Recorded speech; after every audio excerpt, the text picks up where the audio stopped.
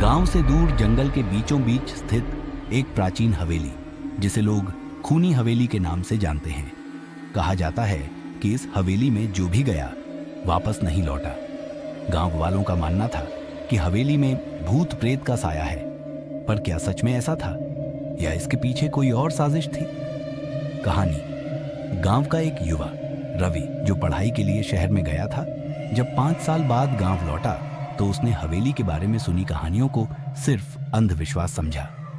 रवि पढ़ा लिखा और तर्कशील था। उसने ठान लिया कि वह इस रहस्य का पर्दाफाश करेगा। रवि ने अपने दोस्तों सुमित और अनामिका के साथ हवेली के अंदर जाने का निर्णय लिया। गांव वालों ने उन्हें खूब समझाया, लेकिन वे नहीं माने।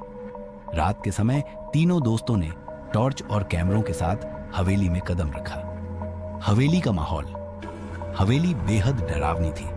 पुराने टूटे फर्नीचर, दीवारों पर अजीबोगरीब चित्र और छत से झूलते जाले। हवेली में घुसते ही उन्हें अजीब सी आवाजें सुनाई देने लगी। जैसे ही वे एक बड़े कमरे में पहुंचे, अचानक दरवाजा अपने आप बंद हो गया। अनामिका चीख पड़ी। सुमित ने टॉर्च की रोशनी चारों तरफ घुमाई, लेकिन कोई नजर नहीं आया। तभी दीवार पर एक साया दिखाई दिया, जो पल भर में गायब हो गया। एक अनसुलझा रहस्य। रात के समय जब वे हवेली की तहखाने में पहुंचे तो वहां उन्हें कई पुराने संदूक मिले। संदूकों को खोलते ही उन्हें हड्डियों के ढेर और खून से सने कपड़े मिले। अनामिका डर के मारे वहां से भागने लगी, लेकिन रवि ने उसे रोका। तभी पीछे से किसी ने रवि के कंधे पर हाथ रखा। रवि ने पलटकर देखा तो वहां एक बूढ़ा आदमी खड़ा था। उसने खुद को हवेली का पुराना चौकीदार बताया। उसने कहा, यहां रुकोगे तो मर जाओगे, ये हवेली श्रापित है। रवि ने चौकीदार से सच उगलवाने की कोशिश की। बहुत पूछने पर उसने बताया कि हवेली के असली मालिक ठाकुर बलराम सिंह अपनी हवेली में नौकरों और गरीबों को मार डालता था। वह उनकी लाशों को तहखाने में छुपा देता था।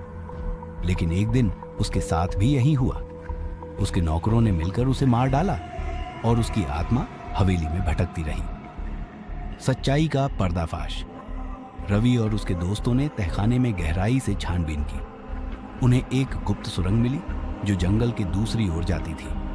वहां उन्हें पता चला कि हवेली के पीछे किसी आत्मा का नहीं, बल्कि एक गिरोह का हाथ था।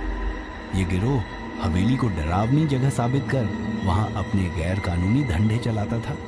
गिरोह के लोग हवेली में आने वाले लोगों को मार देते और उनकी लाशें छुपा देते। रवि ने पूरी जानकारी इकट्ठा कर पुलिस को दी। पुलिस ने गिरोह के सरगना को पकड़ लिया।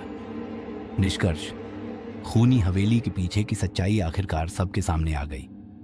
गांव वाले जो अंधविश्वास में जी रहे थे, अब राहत की सांस ले सके। रवि और उसके दोस्तों की हिम्मत ने एक बड़ा राज उजागर किया। यह कहानी हमें सिखाती है कि किसी भी डरावनी घटना के पीछे का सच जानने की कोशिश करनी चाहिए। डर को चुनौती देने से ही असली जवाब मिलता है।